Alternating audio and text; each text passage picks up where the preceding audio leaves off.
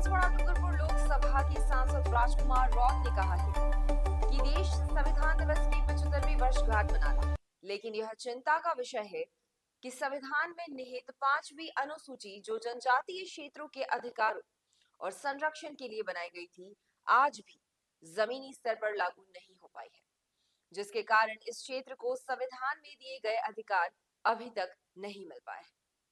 और यह क्षेत्र अन्य जिलों की अपेक्षा में पिछड़ गया है। मैं राजकुमार हूँ, संसदीय क्षेत्र बांसवाड़ा राजस्थान से। आज संविधान दिवस के उपलक्ष्य में जिस तरह से आज 75वीं सालगिरह मनाई जा रही है संविधान की, लेकिन संविधान के अंदर आदिवासियों के हितों के लिए 5वीं अनुसूची का प्रावधान किया गया है, उसको आज तक धरातल पे लागू नहीं किया गया है। तो हमारी पार्टी की तरफ से डायरेक्शन है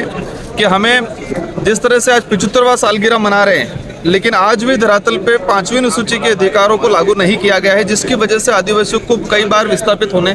पे मजबूर होना पड़ता है, उनका जीवन यापन करने में परेशानी आती है और बार बार जो विस्थापन का शिकार होते हैं। पैसा एक्ट लागू किया गया है, लेकिन पैसा एक्ट को धरातल पे लागू नहीं किया गया। आज तक पैसा एक्ट बनाया जरूर गया है, लेकिन उसको धरातल पे लागू नहीं किया गया है। देश के अंदर योजनाएं बनती है, योजनाएं जनसंख्या के हिसाब से बनती है। तो लंबे समय से जनगणना को लेकर जो डिमांड चल रही है, तो हमारी जो पार्टी की तरफ से डायरेक्शन है कि जल्दी से जल्दी जनगणना की जाए, ताकि हमारे देश की जो योजनाएं बन रही है, योजनाओं को एक सुव्यवस्थित तरीके से योजना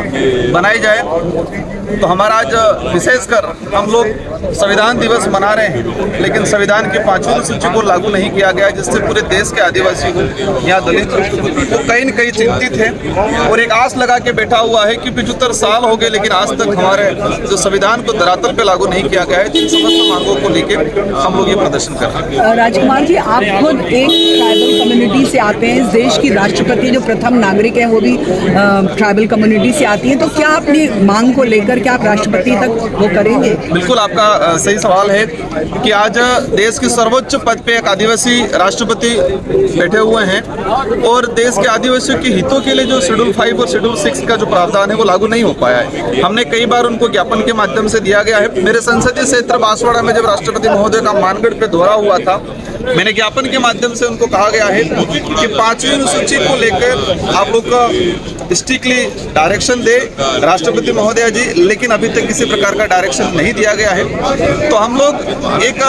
पूरा देश खुशी मना रहा है कि एक देश के सर्वोच्च पद पे आदिवासी राष्ट्रपति महोदय, लेकिन वो आदिवासियों के हितों के हित में जो शेड्यूल 5 का प्रावधान है उसको लागू नहीं कर रहे हैं। तो इन समस्त मुद्दों को लेकर हम लोग प्रोटेस्ट कर रहे हैं।